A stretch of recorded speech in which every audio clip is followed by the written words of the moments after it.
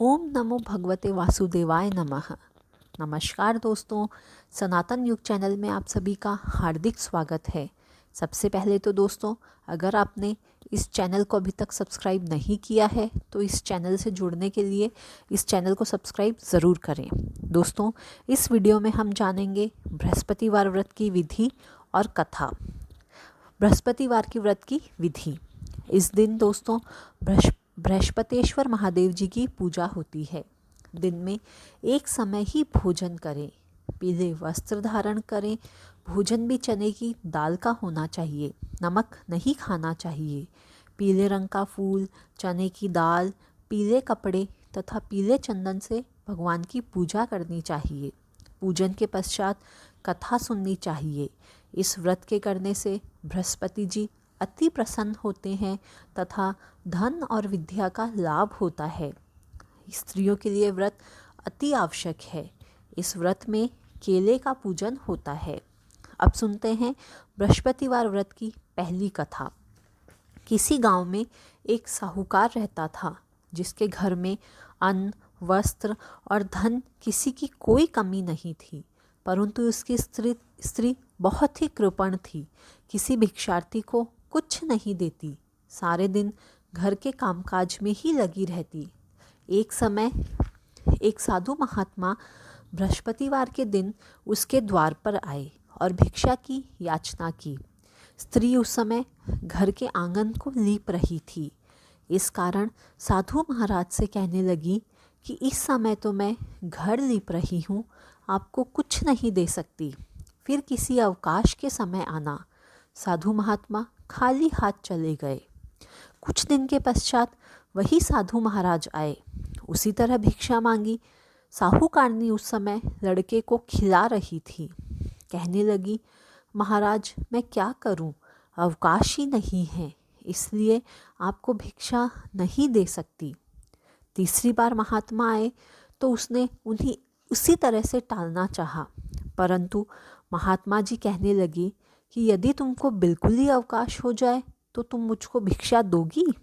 साहूकारनी कहने लगी, हाँ महाराज, यदि ऐसा हो जाए तो आपकी बड़ी कृपा होगी। साधु महात्मा जी कहने लगे कि अच्छा, मैं एक उपाय बताता हूँ। तुम बृहस्पतिवार के दिन दिन चढ़ने पर उठो और सारे घर में झाड़ू लगाकर कूड़ा एक कोने में जमा करके रख दो। घर में चौका इत्यादि मत लगाओ। फिर स्नान आदि करके घर वालों से कह दो उस दिन सब हजामत अवश्य बनवाएं। रसोई बनाकर चूल्हे के पीछे रखा करो, सामने कभी ना रखो। सायंकाल को अंधेरा होने के बाद दीपक जलाया करो तथा बृहस्पतिवार को पीले वस्त्र मत धारण करो। न पीले रंग की चीज़ों का भोजन करो। यदि ऐसा करोगी तो तुम्हारे घर का कोई काम नहीं करना पड़ेगा। साहूकारनी ने ऐसा ही किया। बृहस्पतिवार को दिन चढ़े उठी, झाड़ू लगाकर कूड़े को घर में जमा कर दिया। पुरुषों ने हजामत बनवाई। उसने भोजन बनाकर चूल्हे के पीछे रखा। वह सब बृहस्पतिवारों को ऐसा ही करती रही। अब कुछ समय बाद उसके घर में खाने को दाना न रहा। थोड़े दिनों में महात्मा फिर आए और भिक्षा मांगी, परंतु सेठानी ने कहा, महाराज मेरे घर में खाने को अन्न ही नहीं है, आपको क्या दे सकती हूँ। तब महात्मा ने कहा कि जब तुम्हारे घर में सब कुछ था तब भी तुम कुछ नहीं देती थी, अब पूरा पूरा अवकाश है तब भी तुम कुछ नहीं दे रही हो, तुम क्या चाहती हो वह कहो। तब सेठानी ने हाथ जोड़कर प्रार्थना की कि महाराज अब कोई ऐसा उपाय बताओ कि मेरे पहले जैसा धन धान्य हो जाए। अब मैं प्रतिज्ञा करती हूँ कि अवश्य मैं जैसा आप कहेंगे वैसा ही करूँगी। तब महात्मा जी ने कहा, बृहस्पतिवार को प्रातःकाल उठकर स्नान आदि से निवृत्त हो, घर को गौ के गोबर से लीपो तथा घर के पुरुष हजामत न बनवाएं। भूखों को अन्न जल देती रहा करो। ठीक सायंकाल दीपक जलाओ। यदि ऐसा करोगी तो तुम्हारी सभी मनोकामनाएं भगवान बृहस्पति जी की कृपा से पूर्ण होगी। सेठानी ने ऐसा ही किया और उसके घर में धन धान्य वैसा ही हो गया जैसा कि पहले था।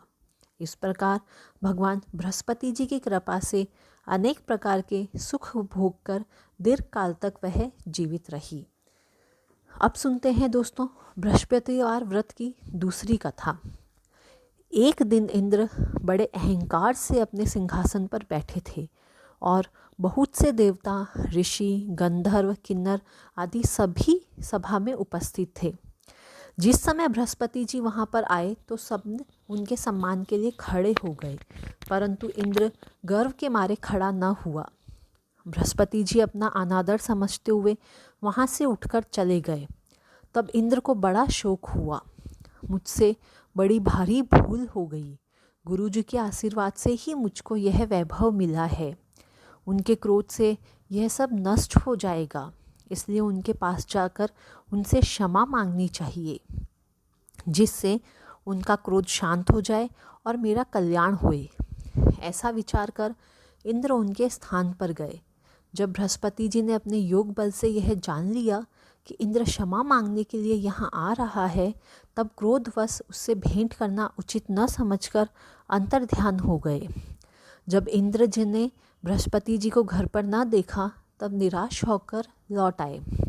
जब दैत्यों के राजा वृषवर्मा को यह समाचार विदित हुआ तो उसने अपने गुरु शुक्राचार्य की आज्ञा से इंद्रपुरी को चारों तरफ से घेर लिया। गुरु की कृपा न होने के कारण देवता हारने लगे। तब उन्होंने ब्रह्मा जी को विनयपूर्वक सब वृत्तांत सुनाया और कहा कि महाराज, दैत्यों से किसी प्रकार बचाइए। तब ब्रह्मा जी कहने लगे कि तुमने बड़ा अपराध किया है, जो गुरुदेव को क्रोधित कर दिया। अब तुम्हारा कल्याण इसी में हो सकता है कि त्वष्टा ब्राह्मण के पुत्र विश्वरूपा को अपना पुरोहित बनाओ। यह वचन सुनते ही इंद्र त्वष्टा के पास आए और बड़े विनीत भाव से त्वष्टा से कहने लगे कि आप हमारे पुरोहित बनिए, जिससे हमारा कल्याण हो। तब त्वष्टा ने उत्तर दिया कि पुरोहित बनने से पहले तपोबल घट जाता है, परंतु तुम बहुत विनती करते हो, इसलिए मेरा पुत्र विश्वरूपा पुरोहित बनकर तुम्हारी रक्षा करेगा। विश्वरूपा ने पिता की आज्ञा से पुरोहित बनकर ऐसा यत्न किया कि इंद्र वृषवर्मा को युद्ध में जीतकर अपने इंद्र आसन पर स्थित हुआ। विश्वरूपा के 3 मुख थे। एक मुख से वह सोमपल्ली लता का रस निकाल पीते थे, दूसरे मुख से वह मदिरा पीते और तीसरे मुख से अन्न आदि भोजन करते। इंद्र ने कुछ दिनों उपरांत कहा कि मैं आपकी कृपा से यज्ञ करना चाहता हूँ। तब विश्वरूपा की आज्ञानुसार यज्ञ प्रारंभ हो गया। तब एक दैत्य ने विश्वरूपा से कहा कि तुम्हारी माता दैत्य की कन्या है, इस कारण हमारे कल्याण के निमित्त एक आहुति दैत्यों के नाम पे भी दे दिया करो तो अति उत्तम बात है। विश्वरूपा उस दैत्य का कहा मानकर आहुति देते समय दैत्य नाम भी धीरे से लेने लगा। इसी कारण यज्ञ करने से देवताओं को तेज नहीं बढ़ा। इंद्र ने यह वृतांत जानते ही क्रोधित होकर विश्वरूपा के 3 सर काट डाले। मद्यपान करने से भंवरा, सोमपल्ली पीने से कबूतर और अन्न खाने से मुख से तीतर बन गया। विश्वरूपा के मरते ही इंद्र का स्वरूप ब्रह्म हत्या के प्रभाव से बदल गया। देवताओं के 1 वर्ष पश्चाताप करने पर भी ब्रह्म हत्या का वह पाप न छूटा, तो सब देवताओं के प्रार्थना करने पर ब्रह्मा जी बृहस्पति जी के सहित वहाँ आए। उस ब्रह्म हत्या के 4 भाग किए, उनमें से 1 भाग पृथ्वी को दे दिया। इसी कारण कहीं कहीं धरती ऊंची नीची और बीज बोने के लायक भी नहीं होती। साथ ही ब्रह्मा जी ने यह वरदान दिया कि जहाँ पृथ्वी में गड्ढा होगा, कुछ समय पाकर स्वयं भर जाएगा। दूसरा वृक्षों को दिया, जिससे उनमें से गोंद बनकर बहता है। इस कारण गूगल के अतिरिक्त सब गोंद अशुद्ध समझे जाते हैं। वृक्षों को यह वरदान दिया कि ऊपर से सूख जाने पर जड़ फिर फूट जाती है। तीसरा भाग स्त्रियों को दिया। इसी कारण स्त्रियां हर महीने रजस्वला होकर पहले दिन चांडालिनी, दूसरे दिन ब्रह्मघातिनी और तीसरे दिन धोबिनी के समान रहकर चौथे दिन शुद्ध होती है और संतान प्राप्ति का उनको वरदान दिया। चौथा भाग जल को दिया, जिससे फेन और सिवाल आदि जल के ऊपर आ जाते हैं। जल को यह वरदान मिला कि वह जिस चीज़ में डाला जाएगा वह बोझ में बढ़ जाएगी। इस प्रकार इंद्र को ब्रह्म हत्या के पाप से मुक्त किया। जो मनुष्य इस कथा को पढ़ता या सुनता है उसके सब पाप बृहस्पति जी महाराज की कृपा से नष्ट होते हैं। तो इति श्री बृहस्पतिवार कथा समाप्त। दोस्तों, इस प्रकार बृहस्पतिवार की व्रत कथा समाप्त होती है। अगर आपको ये वीडियो अच्छा लगा हो तो इस वीडियो को अधिक से अधिक लाइक और शेयर अवश्य करें। और अगर आपने इस चैनल को अभी तक सब्सक्राइब नहीं किया है तो रोज़ के अपडेट के लिए चैनल को सब्सक्राइब ज़रूर करें। Thanks for watching. जय माता दी।